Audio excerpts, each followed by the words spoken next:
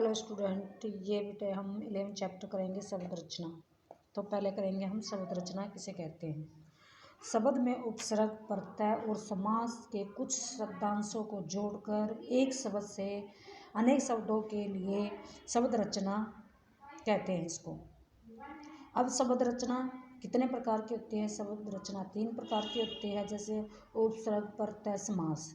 शब्द से पूर्व क्या होता है? उपसर्ग होते हैं और शब्द के अंत में होता है बेटे प्रत्यय होते हैं, और 2 स्वतंत्र शब्दों को जोड़कर बनाए जाते हैं वो होते हैं समास। अब उपसर्ग किसे कहते हैं? उपसर्ग वे शब्दांश जो किसी शब्द के पहले जुड़कर नए शब्द में परिवर्तन हो जाते हैं उसे कहते हैं उपसर्ग। अब जैसे उदाहरण है इसका, सु प्लस में योग्य, सुयोग्य। सु क्या है? इसमें उपसर्ग है और ये जब आपस में जुड़ जाते हैं तो ये नया शब्द बन जाता है सुयोग्य। अब हम करेंगे प्रत्यय।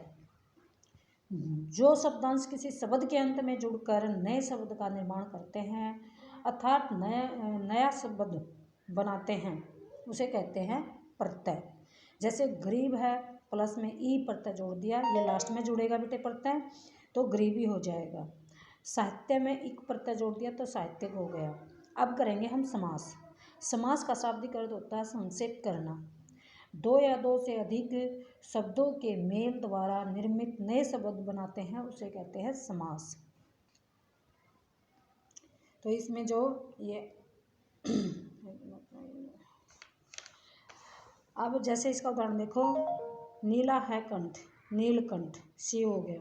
रसोई के लिए घर, रसोई के लिए घर। अब है समास विग्रह किसे कहते हैं?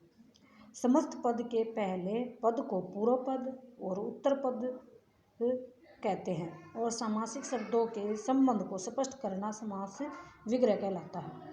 अब करेंगे संधि। संधि क्या होती है कि जब 2 वर्ण आपस में मिलते हैं तो उनमें विकार उत्पन्न होता है, तो 2 अक्षरों के मेल को संधि कहते हैं। जैसे सूर्यास्त, सूर्य अस्त। हिम जमा में आलय, जैसे हिम जमा में आलय हो गया तो ये हिमालय हो जाएगा, हिमालय।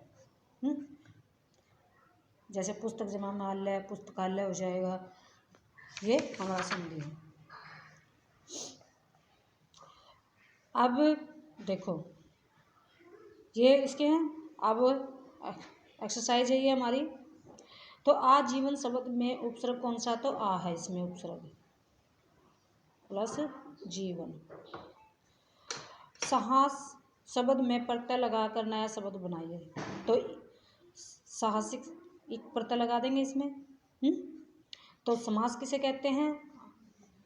आप इसको यहाँ से लिख सकते हैं, ठीक है। तो ये कै का आंसर है। उपसर्ग की परिभाषा लिखिए, तो ये पहले की है यानी ख का है। संधि का उदाहरण दीजिए, तो संधि की परिभाषा यहाँ से लिखेंगे हम। उदाहरण दे देना, हिमालय, हिम प्लस में आलय, तो यहाँ से गै का करेंगे। शब्द रचना कितने प्रकार की होती है? 3 प्रकार की होती है, वो लिखोगे आप। उपसर्ग तथा सर्ग 2 शब्दों के मेल से बनता है, मेल लिखोगे। 2 अक्षरों के मेल को डैश कहते हैं, संधि कहते हैं।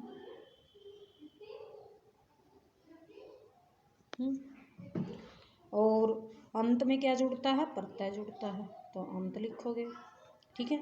ये आप खुद करोगे ये वाला, ठीक है बेटे, ओके।